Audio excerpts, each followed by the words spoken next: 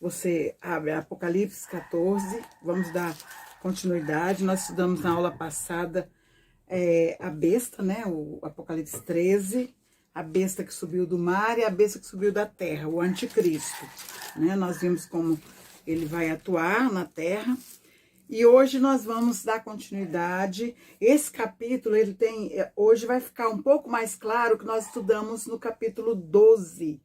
Porque como nós falamos na aula do capítulo 12, muitos entendem que aquele filho varão é relatando o nascimento de Jesus Cristo. Mas eu não entendo dessa forma. Respeito a quem entende, quem acredita ser, embora a palavra é bem similar, né? Tudo é como se estivesse relatando novamente, mas no capítulo 12 nós ouvimos falar do filho varão, né? Quando se refere ao Senhor Jesus, é o filho do homem ou o primogênito de Deus, né? Então, aqui está falando do filho varão, e esse filho varão é filho de uma igreja que está sendo perseguida nesse período da grande tribulação. Então, nós entendemos que esse filho varão, que hoje nós vamos ver, eles já no Monte Sião, junto com o Cordeiro, lá no céu, no Monte Sião celestial, né? Nós vamos aprender hoje que esses 144 mil já estão lá. Então, nós entendemos, né? O que tem, que esse filho varão é o arrebatamento desses 144 mil selados, que nós aprendemos no capítulo 7, né? Hoje eu acho que vai ficar um pouquinho mais claro essa posição, essa tese, né, que se trata desses 144 mil. Nós vimos no capítulo 12 que esse filho varão estava havendo uma guerra no céu entre a mulher vestida de sol, simbolizando Israel, porque esses 144 mil são das 12 tribos de Israel, né? São os 12 de cada tribo, 12 vezes 12, dá 144 mil, que foram selados no capítulo 7. Esses, o anticristo não teve, não pôde persegui-los e matá-los, eles estão vivos. Nós vimos também lá no 11:17 que quando houve uma perseguição, estava havendo a perseguição muito grande, no 11:7 diz assim, ó, e quando acabaram, está falando das duas testemunhas, que o dragão está fazendo guerra com ele, que ele fará guerra e os vencerá e os matará. Aí está dizendo aqui que todos aqueles que não que foram selados, ficaram livres dessa perseguição, dessa morte, porque eles eram selados, guardados pelo próprio Deus, e eles levantaram uma igreja. Essa igreja que nós chamamos aqui da mulher perseguida, foi levantada por esses 12. E aqui nós entendemos que eles foram arrebatados. No momento do arrebatamento deles, houve aquela grande guerra do dragão, que Miguel desceu. Houve a grande guerra, mas Miguel venceu, né? Venceu, e agora nós estamos vendo esses 144 no Monte Sião. Então, dado essa explicação, nós vamos agora entrar no texto.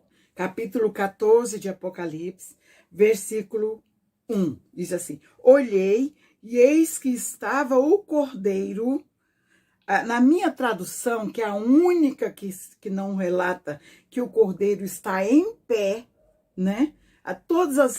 Se vocês estão seguindo aí a leitura, provavelmente na sua tradução está escrito: o Cordeiro estava em pé sobre o Monte Sião, né? E com ele 144 mil. Então, veja aqui que o Cordeiro, o nosso Senhor Jesus Cristo, está no Monte Sião, em pé, aguardando, recebendo os 144 mil que foram arrebatados, né? Nós vimos que o filho varão foi arrebatado para Deus. Aqui está no capítulo 12, versículo 5, e deu à luz quem? A mulher, essa mulher que simboliza os santos, que nessa altura a Bíblia não chama os santos, os escolhidos de Deus, de igreja. Igreja nós vimos até o capítulo 3, né? Mas aqui já não relata a igreja, mas fala os santos, os filhos de Deus, os santos, né? Eu vou falar a igreja para vocês entenderem. Então, veja, deu à luz um filho varão que há de reger com todas as nações com vara de ferro. E o seu filho foi arrebatado para Deus e para o seu trono.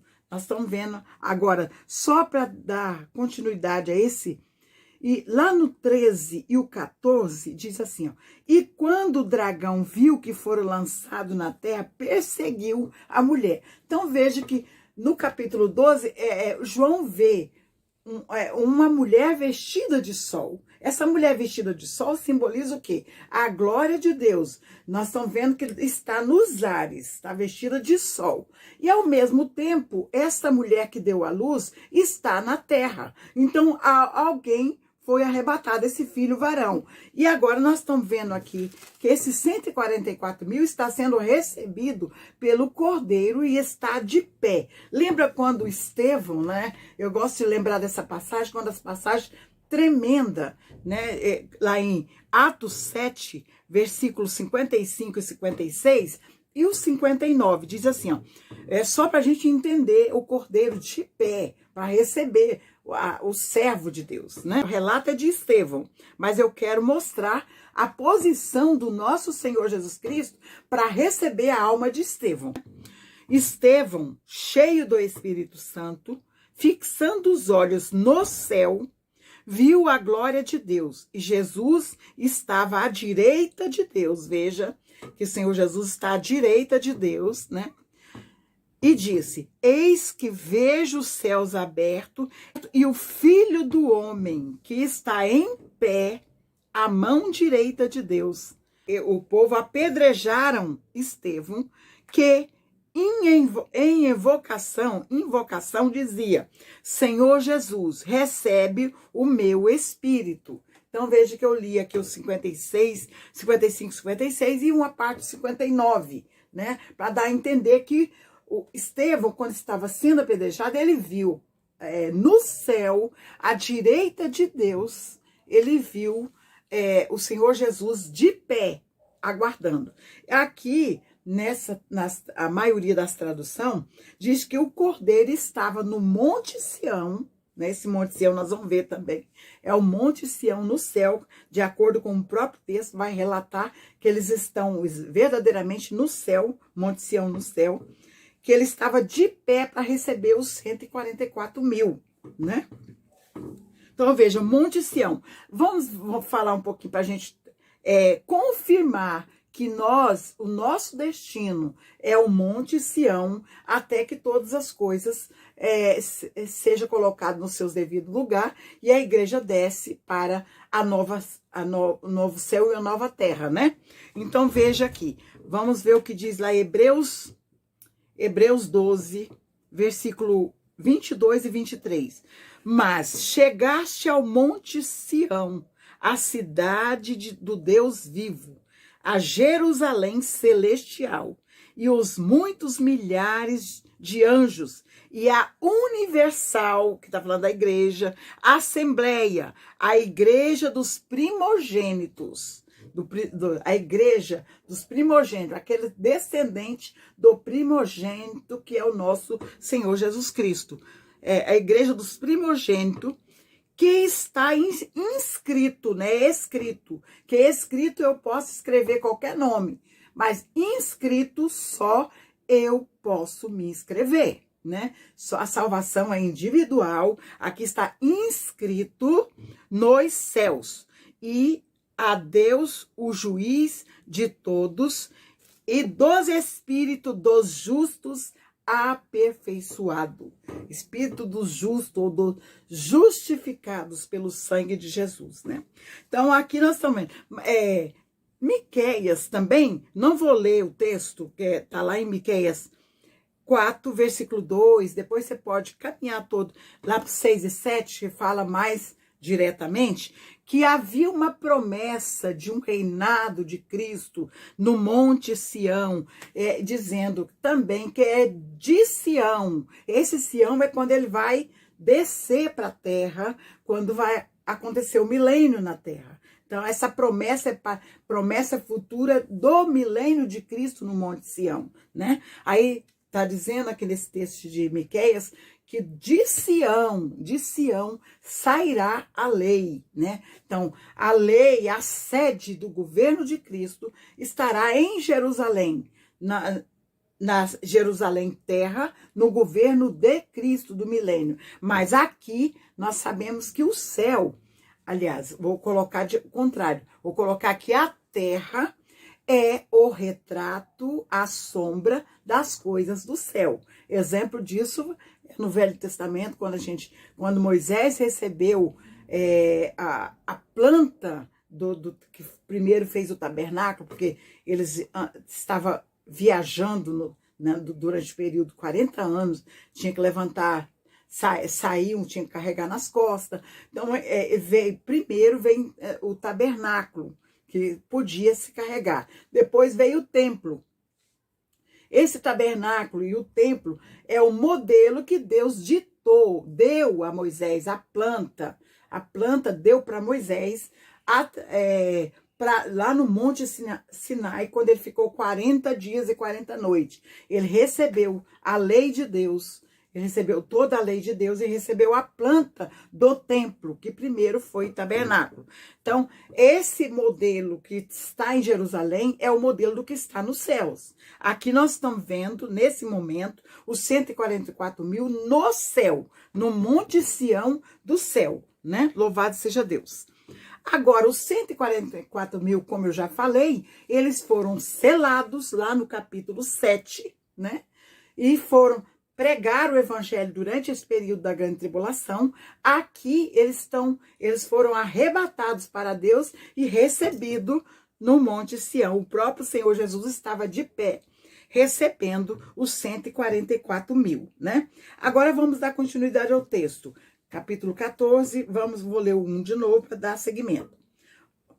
E olhei, eis que estavam o cordeiro em pé sobre o Monte Sião, e com ele 144 mil, que em sua testa tinha escrito o nome dele e do seu pai. Então, quem não assistiu a aula do capítulo 7, vai ver que, eu vou até voltar um pouquinho para trazer a memória para nós podermos falar. Depois que houve, eu creio que naquele intervalo do 6º selo, né, onde nós vimos os mártires na glória também, antes do juízo das trombetas descer para a terra, o Senhor selou 144 mil, 12 de cada tribo. Está aqui no capítulo 7, 3 e 4, que diz assim, dizendo, não danifiques a terra, nem o mar, nem as árvores, até que hajamos assinalado na testa os servos do nosso Deus.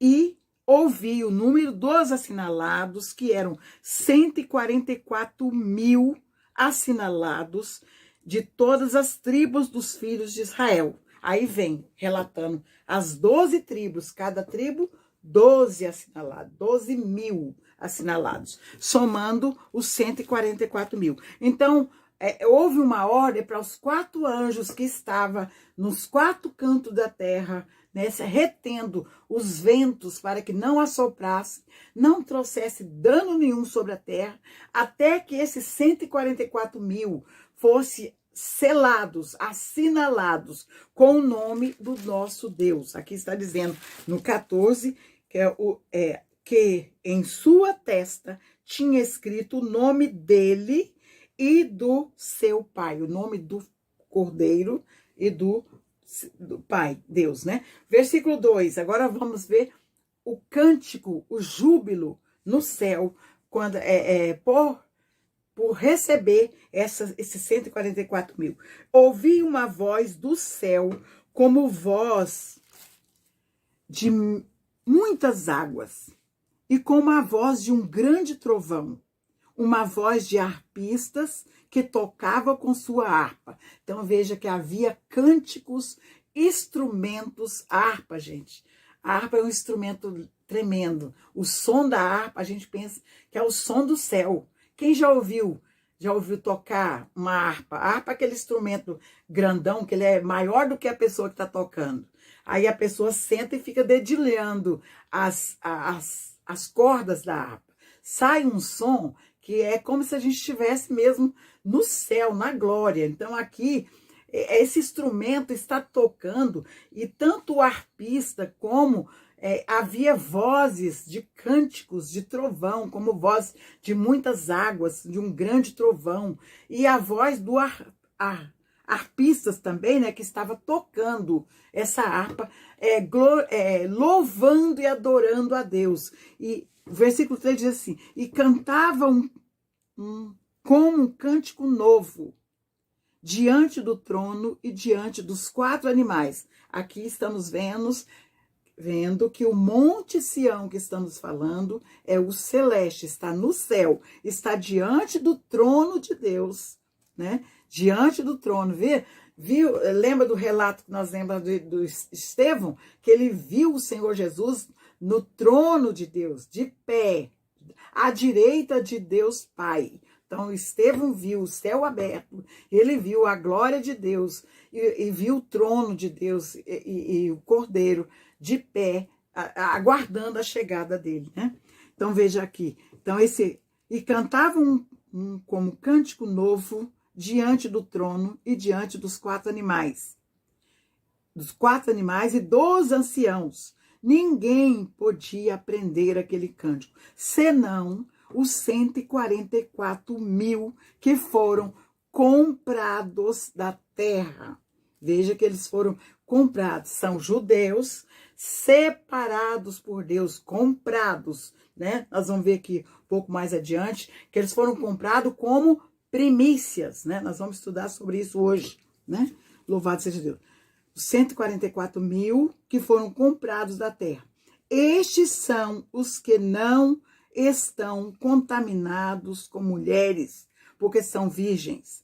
Eu creio literalmente que aqui não se refere a mulher ser contaminado com mulher, porque a Bíblia defende o casamento tanto que lá ela simboliza a igreja como a noiva, e lá no capítulo 19 nós vamos ver o casamento do Cordeiro com a noiva, que é a igreja, né? Que lá no 21 já vai ser chamada de esposa do Cordeiro. Então, não tem a ver com, porque se for casado, ter esposa, está contaminado. Não. Aqui, o intuito de não ser contaminado, porque não há nesse período, nem eles são mesmo castos para Deus, porque são separados, porque é um período de grande sofrimento, até porque eu acho que ninguém nesse período terá, assim,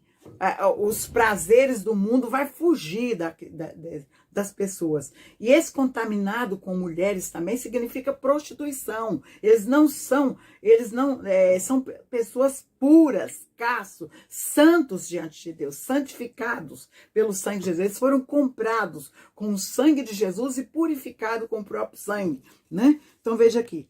Estes não estão contaminados com mulheres porque são virgens. Algumas traduções estão dizendo castos. E estes são os que seguem o Cordeiro para onde quer que vai. Aqui, olha, vou ler o versículo a seguir. Não, a continuação. Estes são os que seguem são os que dentre os homens, primeiro, segue o Cordeiro para onde quer que vai. Nós vamos entender isso porque a igreja que já foi recebida no céu, que nós vimos no capítulo 4 e 5, que ela está como um mar de vidro, ok? Que ela está sentada na mesa. Nesse período de grande tribulação na terra, a igreja está com o Senhor, sendo alimentada pelo nosso Senhor, assentada na mesa com o Senhor Jesus. Ela não está trabalhando, né? Esses 144 mil vai ser as primícias de Deus para o trabalho. Nós vimos um pouquinho no capítulo 12, que eu falei sobre isso. Assim como o Cordeiro, ele escolheu 12 discípulos para seguir ele aqui no seu ministério terreno, e esses 12 representam a liderança da igreja da graça, da igreja dos primogênitos. Eles representam, assim como os 12 apóstolos, patriarcas, representam a igreja do Antigo Testamento, da Velha Aliança. Então, esses 144 mil, como eu sempre falo, o número 12 é número de governo, de liderança. Esses 144 mil, eles são judeus, escolhidos e selados por Deus, e eles são aqueles que vai seguir o Cordeiro como a escolha dos 12 discípulos. O Senhor escolheu esses 144 mil porque, como o número 12 é número de governo, de liderança, esses estão representando todos os servos de Deus. Embora eles são judeus, escolhidos judeus, mas representa toda a igreja, todos os salvos em Cristo Jesus, né? Eles são aqueles da liderança que andará com o Cordeiro. Eu percebo isso lá quando aqueles que vêm em cavalos brancos, né, também com veste com linho fino, lá no 19, quando o Senhor Jesus vem para guerrear com o anticristo, com aquela guerra do Armagedon, que todos têm conhecimento disso, esses 144 mil virá com o Cordeiro juntamente, porque eles vão reger com vara de ferro, juntamente com o nosso Senhor Jesus Cristo, né? Aqui, vamos dar continuidade. Estes são os que dentre significa que foi tirado de dentre os homens, né? Dentre os homens, e foram comprados como primícias. Aqui há algo muito importante. Primícias não é primogênito. Primícias é primeiros. Assim como lá em 1 aos Coríntios 15, versículo 20, diz: Cristo ressuscitou dentre os mortos e foi feito as primícias dos que dormem. Então, Cristo foi o primeiro fruto da ressurreição. Agora alguém pode me perguntar, mas houve ressurreição, Lázaro, a viúva de Naim, no Velho Testamento também houve, mas nós estamos falando, há 3 tipos de mortos. Os salvos em Cristo foi dentre os mortos. Cristo ressuscitou dentre os mortos. Ele era o vivo dentre os mortos. Foi ressuscitado. Os salvos em Cristo, quando nós estudamos sobre o arrebatamento, vimos que aqueles que dormem em Cristo, eles são arrebatados também. Então, Cristo foi a primícia, o primeiro fruto da ressurreição. Depois os salvos. Então, aqui, esses são as primícias, foram comprados dentre os homens da terra como primícia, como os primeiros frutos de liderança, de trabalho, porque a igreja ainda não está trabalhando no céu. Eles já são arrebatados, e já foram selados, eles já vão seguir o Cordeiro para onde quer que o Cordeiro vai, né? Agora, o que eu quero explicar relacionado vou comparar as primícias com primogênitos. Lá no Velho Testamento, nós vamos lá para Números, né? Nós vamos... o que significa a separação dos levitas na lei de Deus, na lei espiritual de Deus? Estou falando do espiritual. Eles foram comprados, separados para Deus, para ficar em lugar de todos os primogênitos dos filhos de Israel. Porque o Senhor Jesus, quando ele matou os primogênitos do Egito, ele ficou em dívida com os filhos do Egito. Então, ele separou o que espiritualmente teria que ser feito, teria que matar todos os primogênitos dos filhos de Israel. Eles foram comprados. Mas o Senhor separou os levitas, mas o Senhor não os matou. Mas nós vimos que houve a necessidade de um primogênito morrer. E esse primogênito foi o nosso Senhor Jesus Cristo. Então, o Senhor Jesus, para não matar os primogênitos dos filhos de Israel em dívida para com os filhos dos egípcios que foram mortos, ele veio em carne, morreu para entre umas, né, que ele veio para nossa salvação, o nosso cordeiro, mas também em lugar dos levitas e dos primogênitos dos filhos de Israel. Vamos ver na palavra de Deus isso que nós estamos falando? Vamos lá para Números. Abra aí e vamos seguir essa leitura para a gente entender qual é o tamanho da grandiosidade do sacrifício de Cristo na cruz do Calvário. Ele salvou as nossas vidas, ele salvou aqueles primogênitos dos filhos de Israel, seria a nossa dívida eterna. Nós teríamos que sempre sacrificar o primeiro, porque os animais são sacrificados naquele tempo. Jesus pagou o preço para não precisar mais do sacrifício de animais, mas era os animais e o primogênito dos filhos de Israel. Era para ser sacrificado em lugar dos egípcios que foram. Vamos ler. Números 3, vou ler o 12, vou ler só as partes que vai nos trazer compreensão desse fato. Versículo 3, 12. E eu, eis que tenho tomado os levitas do meio dos filhos de Israel, em lugar de todo primogênito que abre a madre entre os filhos de Israel. Então, aqui já estamos entendendo que os levitas foi tomado em lugar dos primogênitos dos filhos de Israel. Então, os levitas foram, substituiu cada primogênito de cada família. Aqui, né? Versículo 13. Porque de todo primogênito meu todo primogênito que nascesse era do Senhor, dele para sacrifício, né? Veja assim, porque todo primogênito meu desde o dia em que feri a todo primogênito na terra do Egito. Então veja que essa questão de tomar os primogênitos está em dívida com os egípcios, porque foram mortos para Faraó conseguir libertar o povo. Foi preciso matar os primogênitos. Os filhos de Israel foram poupados, porque o sangue do cordeiro, da Páscoa do Senhor, do sacrifício, estava nos umbrais da porta, simbolizando a nossa redenção em Cristo Jesus. Agora, aqui está dizendo que desde o dia em que ele matou os primogênitos dos egípcios, ele tomou todos os primogênitos dos filhos de Israel.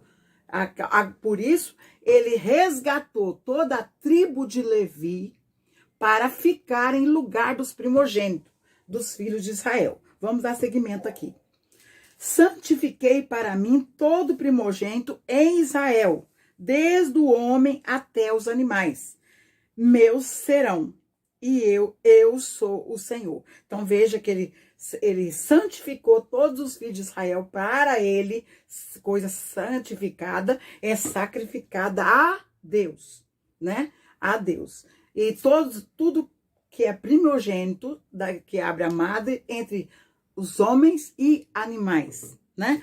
Vamos agora dar continuidade. Vamos lá para o versículo 39 do capítulo 3. Todos os que foram contados dos levitas, que contou Moisés e Arão, por mandado do Senhor, segundo as suas gerações, todo varão de um mês para cima, foram 22 mil. Guarda esse valor. De um mês para cima, foram contados todos os levitas. 22 mil foram achados. Agora o versículo 40. Disse assim: e disse o Senhor a Moisés: conta todos os primogênitos varão dos filhos de Israel. Então, veja, agora é a contagem dos filhos de Israel, das 11 tribos, porque são 12 os levitas, foram contados aqui. Deu 22 mil dos levitas. Agora eles vão contar dos primogênitos dos filhos de Israel, das 11 tribos. E para mim tomará os levitas, eu sou o Senhor, em lugar de todo primogênito dos filhos de Israel, e os animais dos levitas em lugar de todo primogênito entre os animais dos filhos de Israel. Aqui nós estamos entendendo que os levitas foram santificados para Deus, contados para ficar no lugar dos filhos de Israel. Eles vão representar a primogenitura de cada filho, de cada família. O versículo 43. E todos os primogênitos dos varões, pelo número dos nomes, da idade de 1 mês para cima, segundo os que foram contados deles, foram, aqui está falando dos filhos de Israel, não confunda. 22 mil já foram contados de levitas, da tribo de Levi. Agora, das 11 tribos, das outras restantes, foram contados 22.273. Então, aqui está, os filhos de Israel eram mais do que os levitas. Então, tá sobrando aqui 273 primogênitos dos filhos de Israel sobrando. O que vai acontecer? Como não tem levita, não sobrou levita, vai ser pago o resgate desses 273. E esse pagamento desse resgate vai ser depositado no altar do Senhor. Vamos ver o 46. Quanto aos 273 que se houverem de resgatar, que sobrepujam aos levitas dos primogênitos dos filhos de Israel, tomarás para cada cabeça 5 ciclos, conforme o ciclo do santuário, e tomará 20 geras o ciclo. Agora, versículo 48. E Arão e seus filhos dará o dinheiro dos resgatados, dos que sobejam entre eles, vou ler agora o 60. Dos primogênitos dos filhos de Israel, tomou o dinheiro 1.365 ciclos, segundo o ciclo do santuário. E Moisés deu o dinheiro dos resgatados a Arão e a seus filhos, segundo o mandado do Senhor, conforme o Senhor ordenara a Moisés. Então, aqui nós entendemos que desde o dia em que os egípcios perderam os seus primogênitos, o Senhor Deus tomou dos filhos de Israel os primogênitos para ficar no lugar, para resgatar. Esses eram para ser sacrificados, assim como todos os animais. Aí resgatou a tribo de Levi para ficar representando esses primogênitos, e todos os animais dos levitas também representando os animais dos filhos de Israel. E os animais, nós sabemos que foram sacrificados sim, mas os filhos, os levitas, não foram sacrificados. Eles foram poupados pelo Senhor, porque o Senhor ofereceu a si mesmo, né, como sacrifício vivo em lugar dos filhos dos primogênitos dos egípcios, e a outra parte nós sabemos que é para a nossa redenção, porque essa simbologia dos filhos de Israel está no espiritual. Não há resgate se não houver o pagamento. O Senhor pagou pelas nossas vidas, pelo resgate da nossa vida. Então veja que 22 mil não deu para cobrir os 273 mil dos filhos de Israel. Então, esses que sobrepujaram, esses que sobraram, houve o pagamento e foi depositado no altar do Senhor como sacrifício. Os irmãos compreenderam isso aqui? Nós estamos falando do primogênito. Esse primogênito é o nosso Senhor Jesus. Ele pagou o preço. Ele ofereceu, ele pagou o preço dos mortos no Egito, pagou o preço pelos levitas que deviam, que simboliza nossa vida, simboliza a nossa dívida, né, com com o mundo, com o pecado. Nós éramos para ser mortos, mas o Senhor ofereceu o primogênito do Deus vivo, Filho de Deus, desceu e pagou essa dívida, resgatou, pagou esse resgate, né? Pelas nossas vidas. Então, essa sobra de 273 mil que sobrou, esse resgate, é o preço de cada alma. Esses mil, eu já não esqueci o valor que nós lemos lá, é o preço pago. Agora, aqui nós estamos falando de quê? De primícias. Primícias, como eu falei no começo, não é a mesma coisa que primogênito. É o primeiro fruto. O primeiro fruto para o Senhor.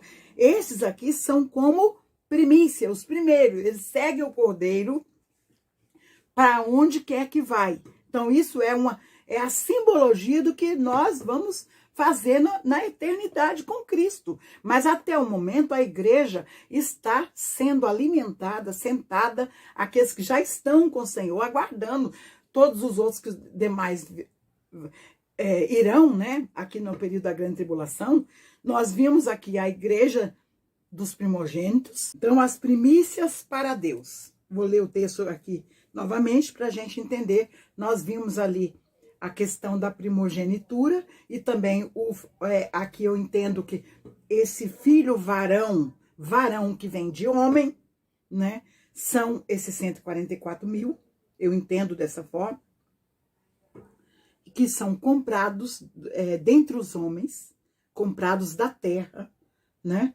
Para ser as primícias do Senhor, que vão seguir o cordeiro para onde quer que vai. Diz assim: estes são os que dentre os homens foram comprados como primícias para Deus e para o cordeiro. E na sua boca não se achou engano, porque são irrepreensíveis diante do trono de Deus. Então veja que esses são homens que foram chamados de virgem ou de castos, porque não se contaminou com prostituição, não se contaminou, não teve nada, na sua boca não houve engano. Eram homens puros diante do Senhor, santificados para Deus como primícias para seguir o cordeiro. Agora, eu não vou. Na próxima aula nós vamos estudar sobre a ceifa e a vindima. Nós vamos ver essa igreja que foi perseguida, que vai ser arrebatada para o Senhor.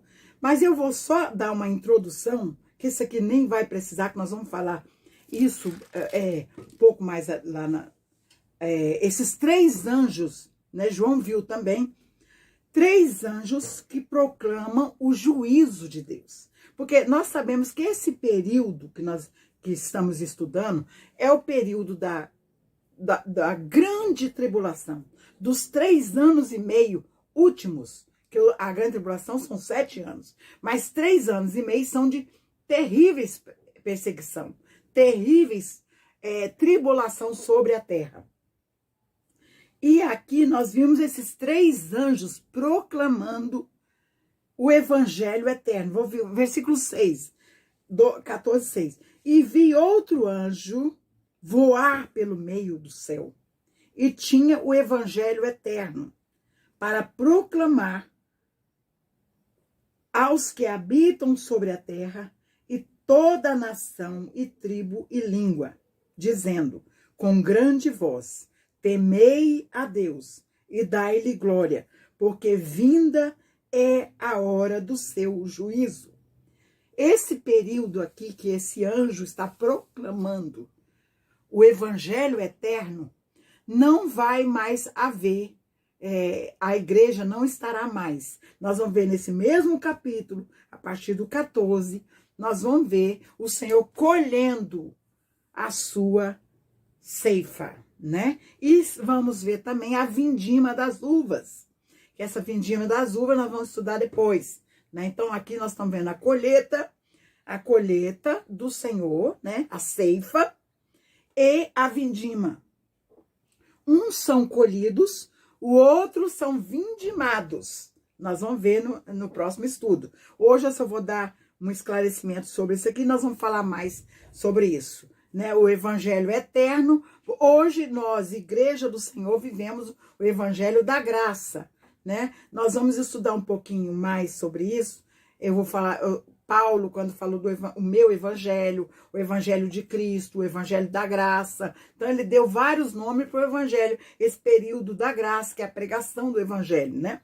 Agora, essa altura aqui da grande tribulação, já tem um anjo proclamando o evangelho eterno, que é o evangelho de juízo sobre a terra, de juízo, porque não esse tempo é tempo que não tem como homens, né? Apesar que as duas testemunhas, e essa igreja vai permanecer durante os 260 dias, que é os 3 anos e meio, vai permanecer, né? Mas a igreja vai ser escondida, né? Ela vai ser guardada no deserto, porque o sofrimento vai ser muito grande. E nós sabemos que o juízo que Deus derrama sobre a terra, a igreja do Senhor não passa, mas a tribulação vinda do reino de Satanás através do anticristo, a igreja vai sofrer.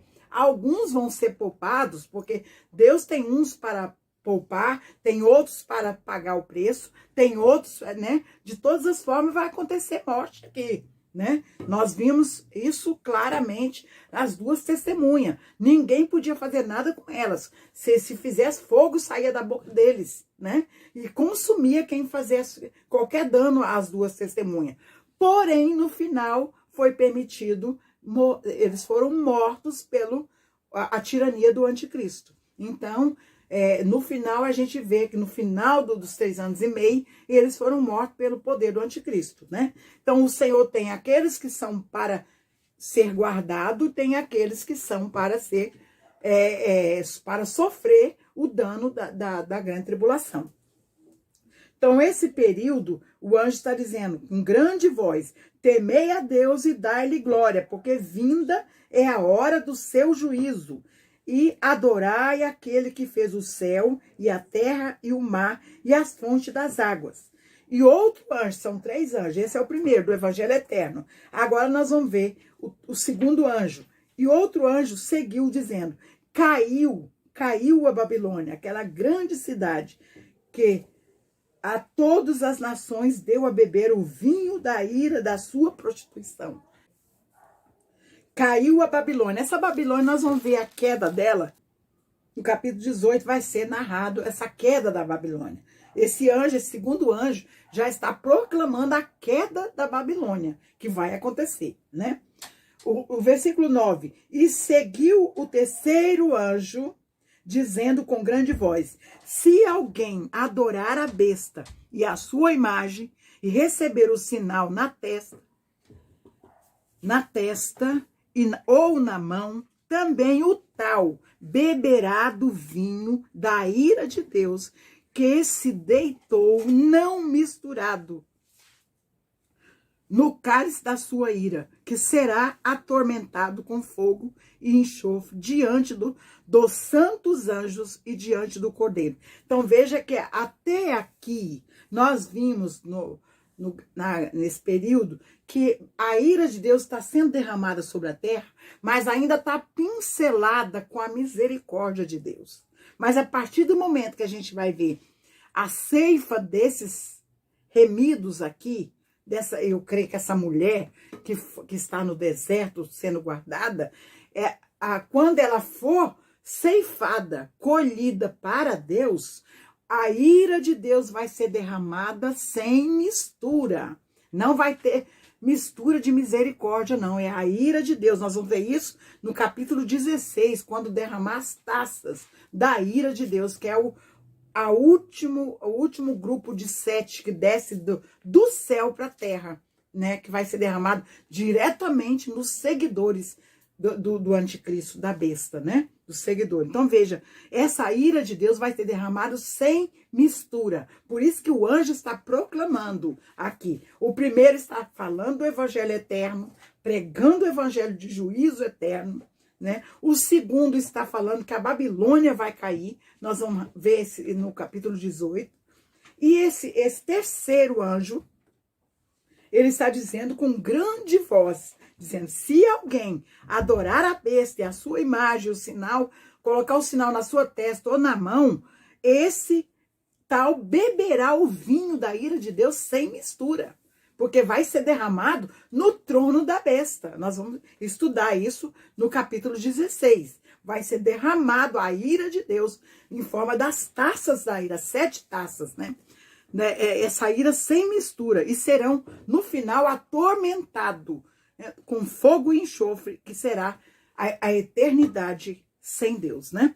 Versículo 11 diz assim, e a fumaça do seu tormento sobe para todo sempre, que não tem repouso, nem de dia nem de noite, os que adoram a besta, e a sua imagem, e aquele que receber o sinal do seu nome. Aqui está a paciência dos santos. Essa é uma advertência para nós, né? Aqui está a paciência dos santos. Aqui estão os que guardam os mandamentos de Deus e a fé em Jesus. E ouvi, agora veja, o 13. E ouvi uma voz do céu que me dizia, escreve essa bem-aventurança. João está vendo e está escrevendo as 7 bem-aventuranças. Isso aqui não é escatológico, viu?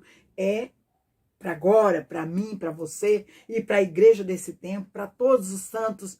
Aqui está falando da paciência dos santos que aguentaram toda a tribulação, né? Tantos do momento do momento que está sofrendo a grande tribulação, como todo o povo de Deus na terra que está sofrendo. Alguns sofrem tribulação, né, por causa do evangelho, né? Em alguns lugares muito mais, né? Então veja, olha, ouvi uma voz do céu que me dizia, escreve, bem-aventurados mortos, que desde agora morrem no Senhor. Assim diz o Espírito Santo, para que descansem dos seus trabalhos e as suas obras os sigam. Gente, aqui há algo tremendo. Aqui está essa palavra, ela é para aqueles que estão sendo atribulados nesse período e para todos os santos de Deus que morreram no Senhor Jesus. Que eles fizeram boas obras, fizeram frutos dignos, né, para o Senhor. Aqui está dizendo que eles estão descansando das suas obras, mas as obras deles estão seguindo, estão falando, estão pregando. Exemplo disso, a Bíblia. Vou dar o exemplo de Paulo. Todos os personagens da Bíblia, todos eles foram homens como nós, sofreram, perseguiram, pecaram, mas foram santificados pelo nosso Senhor Jesus. Foram santificados. Eles morreram e as suas obras, os seus feitos, está pregando para nós, trazendo testemunho de Cristo, né? Então é isso que a Bíblia, hoje esse estudo está nos dando essa advertência. Bem-aventurados os mortos que já partiram no Senhor e que fizeram boas obras, bons frutos, que trabalharam para Deus, deram testemunho de vida, frutificaram no seu espírito, né? Aqui está a obra deles. Um ente querido nosso, quando parte, a gente sempre lembra das coisas boas que eles fizeram. E algumas dessas coisas boas pregam para nós, deixam o legado, deixam o exemplo. Então aí onde entra esses que estão aqui, esses mortos que já estão com o Senhor e as obras estão pregando para nós, foram como eu e você hoje. Eles tiveram o tempo presente, tiveram o momento deles, tiveram o momento de santificar suas vidas, tiveram o momento de fazer boas obras em Cristo Jesus. Nós não somos salvos pelas obras, mas somos salvos para dar boas obras, porque aquele que é salvo, ele dá bons frutos, né? Então é isso, esses frutos é que está pregando, né? Eles estão descansando em Cristo Jesus, mas as obras que fizeram, o legado que deixaram, estão pregando. Aí, repito, a minha responsabilidade de ter um bom comportamento, bons frutos em Cristo Jesus, para que as pessoas vejam os frutos nossos e esses frutos possam pregar para eles, né? Porque quando nós partimos desse mundo, nós vamos estar em descanso com o Senhor. Mas aquilo que eu fiz vai estar falando. Se vão falar bem, nós vamos escolher o que vamos fazer hoje. Se a obra minha, se os meus frutos vão pregar ou vão escandalizar, eu vou escolher o que fazer, né? Agora, a advertência aqui está dizendo que esses santos que tiveram paciência, aqui ó, vou repetir o 12. Aqui está a paciência dos santos. A igreja aqui não é chamada mais de igreja, é chamada de santos. Os santos santificados pelo sangue de Jesus, santificado em Cristo Jesus. Aqui estão os que guardam os mandamentos, guardam a palavra de Deus, guardam os estatutos, guardam os princípios, né? Estatuto é princípios da palavra, né? Para andar na luz de Cristo, andar frutificando esses, os mandamentos de Deus e a fé em Jesus Cristo. Ouvi uma voz do céu que me dizia, escreve, bem-aventurados os mortos que, desde agora, morrem no Senhor. Sim, diz o Espírito, para que descanse dos seus trabalhos e as suas obras o sigam. Eu repeti para ficar muito gravado na nossa mente, no nosso entendimento. Porque os nossos frutos precisam pregar. E eles devem pregar as boas novas. Pregar de acordo com os princípios da palavra de Deus. De acordo com, como diz, aqueles que guardaram os mandamentos. Quem guarda o mandamento, pratica o mandamento. Né? E quem guarda a paciência do Senhor, aqueles que têm tolerância, aguardando o momento da nossa redenção em Cristo Jesus. Louvado seja Deus. Hoje nós vamos ficar por aqui. No próximo, nós vamos estudar do versículo 14. Capítulo 14 e versículo 14. Próximo, nós vamos estudar a ceifa e a vindima, né?